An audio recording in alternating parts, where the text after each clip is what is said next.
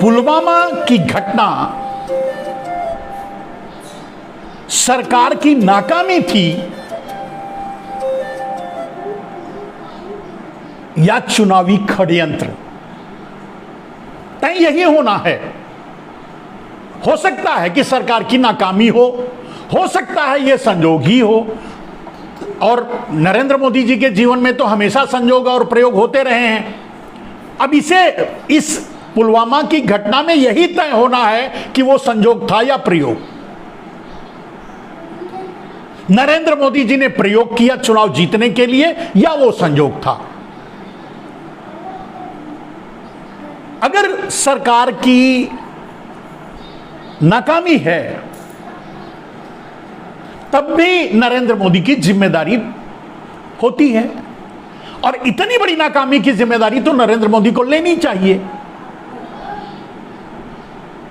उन्हें तो देश को बख्श देना चाहिए, छोड़ देना चाहिए। और अगर नरेंद्र मोदी सीधे शामिल हैं, अगर ये कॉन्स्पिरेसी है सिर्फ चुनाव जीतने के लिए, तो ये तो बहुत बड़ी बात है। अब ये दोनों बातें जांच से ही तय हो सकती हैं। हम, आप या आम आदमी इसे तय नहीं कर सकता, इस पर क्या बोल सकता है। लेकिन नरेंद्र मोदी पुलवामा पर उसी तरह खामोशी बरत रहे हैं जिस तरह से उन्होंने अडानी के महाघोटाले पर खामोशी बरती थी। अडानी के महाघोटाले का पर्दाफाश होने के बाद भी वो चुप रहे। एलआईसी ने अडानी के शेयर खरीदने बंद नहीं किए अभी तक। मतलब इतने के बावजूद नरेंद्र मोदी देश को अपने तरीके से हाँक रहे हैं, या नरेंद्र मोदी के पीछे बैठा कोई आदमी देश को हाँक रहा है, चला रहा है, कोई माफिया। आरबीआई ने अडानी समूह को दिए कर्ज की सिक्योरिटी और दस्तावेजों की जांच क्यों नहीं की?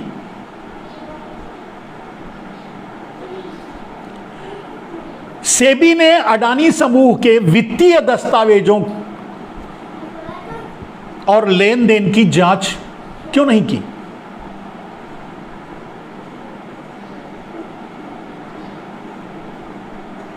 अब ये अडानी इतना प्रभावशाली है या ये सच है कि सब कुछ नरेंद्र मोदी का है? ये तो मैं पहले भी बता चुका हूं। काले धन को खपाने का ये खेल चल रहा है। 300 लाख करोड़ से ज्यादा काला धन नरेंद्र मोदी दबाकर बैठे हैं। अब उसी को पचाने में खा गए, निगल तो लिया। 300 लाख करोड़, 600 लाख करोड़ की हिस्सेदारी, ये मैं नहीं कह रहा हूं, ये आरएसएस का कहना था, ये रामदेव का कहना था, ये रविशंकर का कहना था, ये इनके भगवा दलालों का कहना था, ये नरेंद्र मोदी का कहना था। तो वो 600, मतलब पहले 400 था, जब 50% बढ़ गया तो 600 हो गया। 600 लाख करोड़ की हिस्सेदारी नरेंद्र मोदी ने ली, 300 लाख करोड़ बंटवाया, जिसे विनोद अडानी जैसे चोरों के नाम से जमा करवाया, जो अब अंडरग्राउंड तरीके से भारत लाने की कोशिश कर रहे हैं। इस पर कब तक खामोश रहेंगे? अब कहने का अर्थ यह है कि निगल तो गए, देश को नहीं देंगे जी, हम निगल जाएंगे, इसको निगल करके कुछ चोर गुजरातियों को मिलाएंगे और उनके जरिए पूरा देश खरीद लेंगे, और आगे आने वाली हजारों साल तक हम इस देश पर राज करते रहेंगे।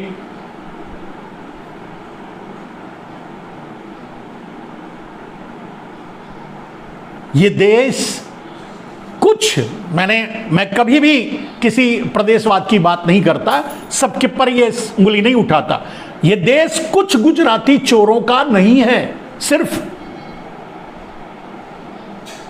भारत के हर नागरिक का ये देश है। और जब जो भी भार पड़ता है, कर्ज से लेकर जो भी भार पड़ता है, आज जीएसटी जैसे एक भीख मांगने वाला भी जीएसटी पे करता है।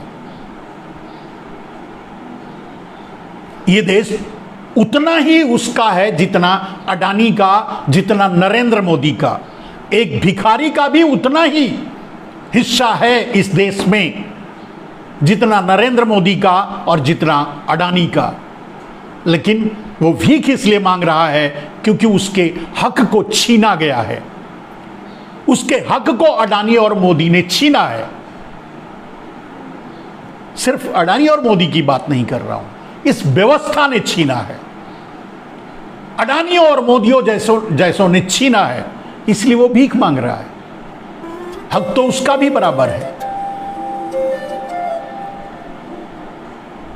मेरे दोस्त, गुजरात सरकार को भी सुप्रीम कोर्ट ने तलब किया, खिंचाई की बिल्किस बानो के मामले में। एक जघन्य अपराध, एक हीनियस क्राइम उन दरिंदों ने किया था।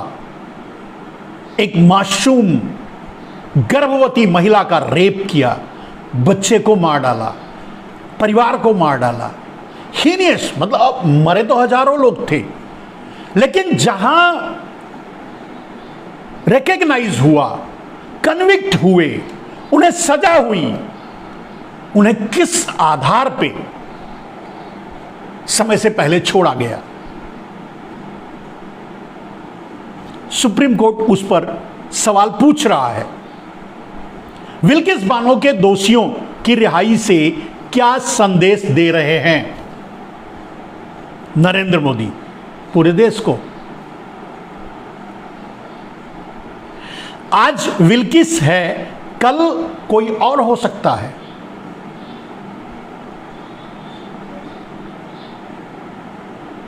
और कोई बहुत बड़ी बात नहीं है। अपराध अपराध होता है। मैंने एक बात कही थी मेरे दोस्त, आज 5-7 दिन 10 दिन या इससे पहले अतीक अहमद के मूतने तक का प्रसारण इस सुपारी मीडिया ने किया और आज तक वही रगड़ रहा है। मैंने ये बड़े साफ शब्दों में कहा था, अतीक अहमद से 1 करोड़ गुना बड़ा माफिया है अडानी। लेकिन गोदी मीडिया खामोश है उस पर।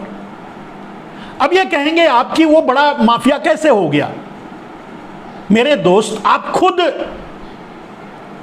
आंखें ऐसे खोलिए, ऐसे खोल करके और देखिए अतीक ने कितने लोगों को नुकसान पहुंचाया होगा और कितनों का हक मारा होगा। आप खुद बोलिए।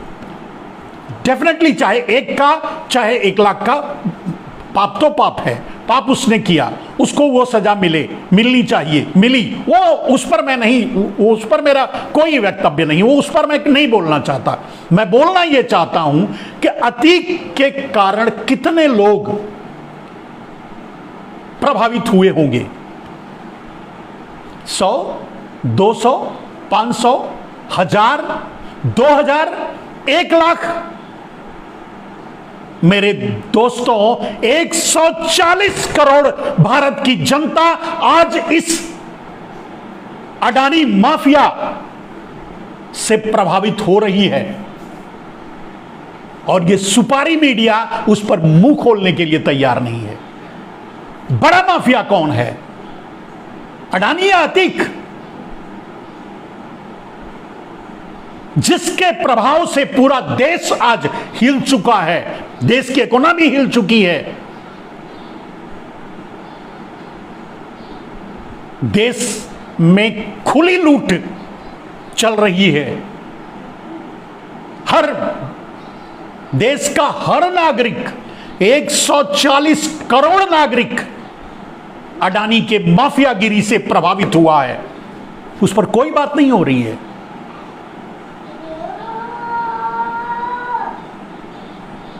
किसी भी अपराधी के साथ जो करना है करो, जो कानून करता है करो, नहीं कानून के से नहीं करते ना, कानून के बाहर जाके कर रहे हो करो। मैं उस पर सवाल नहीं उठाता। अडानी पर चुप क्यों है? ये मीडिया, ये नपुंसक संसदीय लॉबी, ये भारतीय जनता पार्टी, ये आरएसएस और ये सुपारी मीडिया अडानी पर चुप क्यों है? अडानी ड्रग्स बेचता है, कोई कार्रवाई नहीं। अडानी देश लूट लेता है, कोई कार्रवाई नहीं। अडानी एक दिन जाकर के किसी देश में बस जाएगा लूट लाट करके, जैसे उसका समधी भाग गया, कोई कार्रवाई नहीं। मेरे दोस्त, आपको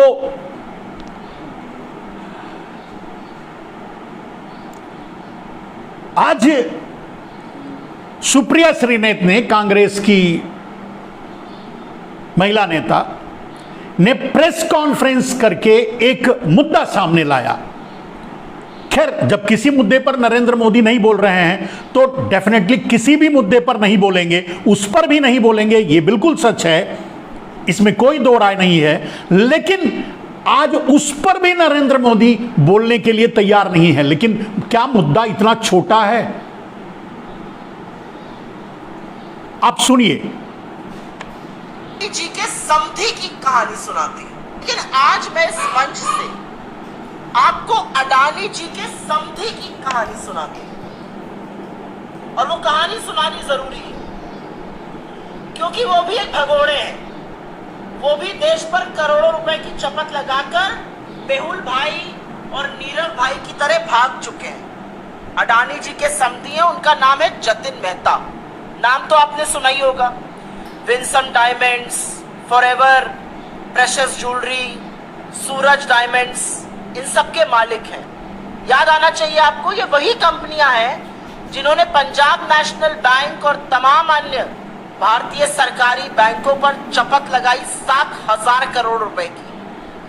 $1 बिलियन की चोरी कर ये आदमी हिंदुस्तान से भाग गया, दूसरी जगह का नागरिक बन गया और सरकार ने आंखों पर पट्टी और मुंह में दही जमाकर कुछ भी नहीं किया इसके खिलाफ। ये जतिन मेहता अडानी जी के समधी की कहानी है। लेकिन हम ये कहानी इसलिए सुना रहे हैं क्योंकि जतिन मेहता के भागने में, उनके पैसे के गबन में, उनकी काली करतूतें पूरी तरह से अडानी स्कैम से जुड़ी हुई।